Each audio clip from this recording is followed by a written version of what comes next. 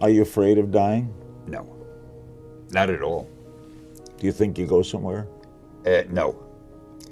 The one thing I can't understand, I can't grasp my mind around, I feel when you die, there's just nothing. It's like when you're asleep and you're not dreaming. But I can't imagine nothingness lasting forever. What's the secret to a long life? I have no idea. To me, it's still been a short life. I hope it goes on a lot longer. I think being interested in what you're doing. I know my father, the poor guy, it was during the Depression and he was out of work most of the time. So his life was shorter, and it was because there was nothing really that he was doing that could interest him. But I think if you do what really excites you, it just keeps you going as long as possible. How do you keep the creative juices flowing to keep creating work over the years? I'm doing what I enjoy doing. It's like other men like to play golf, so they play golf every chance they can. So you don't say to them, how come you're playing golf today? You played last week. It was the same with me. To me, it's an exciting life, and when you do something that you know the fans seem to enjoy, that gives you such satisfaction, you don't want to stop. One thing you change about the world. What would I change? I'd make people not hate each other because of their religion, because of their nationality, because of any stupid reason. If we could abolish hatred, we live on this gorgeous planet. There's a character I wrote called the Silver Surfer, and I always had him making those kind of remarks, philosophical things about, he was from another world, and he said, why don't we realize we're on a planet that gives us everything, food, beautiful weather, sun, everything. Why don't we enjoy it? Why do we spend time fighting and hating each other? I loved writing The Silver Surfer. You are basically a child at heart, aren't you? I guess. Yeah. How did you get into comic books? Purely by accident. I guess when I went to work for Marvel, which then was called Timely Comics, it was the very early 1940s, and I had a job there as I was sort of the office boy. In fact, I didn't know I was going to be doing comics. It was a publishing company, and I heard there was a job open for an assistant. Now, they also published men's magazines, movie magazines, sport magazines, and they had a little comic book section somewhere that I was hardly aware of. So I applied for the job, and I found out it was for the comic book department. And there were only two people running that department, Joe Simon and Jack Kirby. And I started working for them. I filled the ink wells. In those days, people used ink. And I erased pages, and I went down and got them sandwiches for lunch and stuff like that. After a while, they left. And it had been a three-man department, and now I was the only man left. And I was about 17 and a half, and the publisher came over to me and said, do you think you can keep things going till I find a grown-up, to run the place? Well, when you're 17 and a half, what do you know? I said, sure, I can handle it. So I guess I did, because he never found that grown-up, and I was there ever since. Which character or which story was the first one where you felt, I'm onto something here? I'm not just writing fight scenes for $1. I got something here. I guess the first Fantastic Four story, because that was the first one that I wrote the way I really wanted to write it.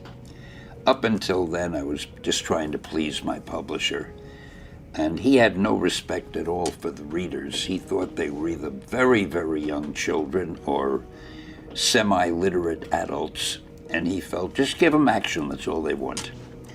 So with the Fantastic Four, I tried to do some character development.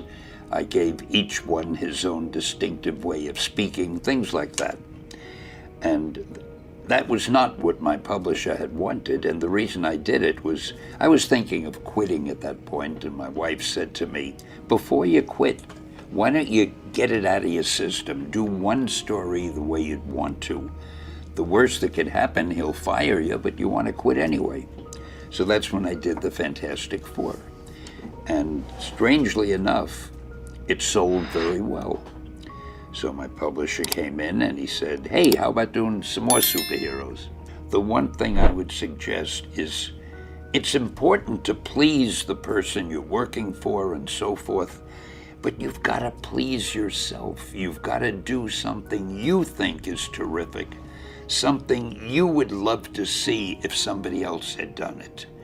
If you have an idea that you genuinely think is good, don't let some idiot talk you out of it. Now, that doesn't mean that every wild notion you come up with is going to be genius, but if there is something that you feel is good, something you want to do, something that means something to you, try to do it. Because I think you can only do your best work if you're doing what you want to do, and if you're doing it the way you think it should be done, and if you can take pride in it after you've done it, no matter what it is. If you can look at it and say, I did that, and I think it's pretty damn good. That's a great feeling.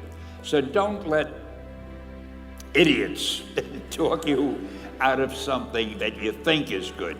By the same token, that doesn't mean every single thing you think is good is going to win a prize. Got to have a little judgment there. I've had other things that I thought were good that didn't work, but my publisher came to me and he said, Stan, I want you to come up with another superhero. So I said, okay, and I went home and I saw a fly crawling on the wall. And I said, hey, if I could get a superhero that could stick to walls and crawl on them, man, that would be cool. So I thought that was good. Now I needed a name. So I said, well, let's see, Fly Man, Mosquito Man. I got down to Spider-Man. Spider-Man. It just sounded dramatic. So, okay, I had my hero, I had his power, his name, and then I figured just for fun, I'm gonna give him personal problems. Then I thought I'd make him a teenager, because there were no teenage superheroes that I knew of at the time. So armed with all that wonderful material, those great ideas, I ran into my publisher's office and I told him. This was the reaction he gave me. Stan, that is the worst idea I have ever heard. First of all, people hate spiders, so you can't call a hero Spider-Man.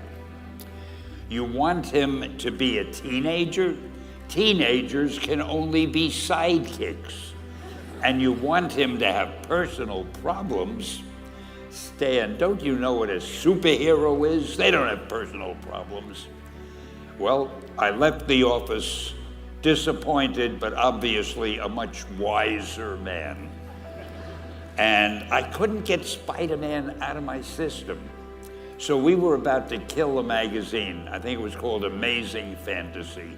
Just to get it out of my system, I put Spider-Man in Amazing Fantasy, featured him on the cover, forgot about it. A month later, all the sales figures came in. My publisher came racing into my office. Stan, you remember that character we both loved so much, Spider-Man? Let's do him as a series. Are there some real-life modern-day heroes in your mind?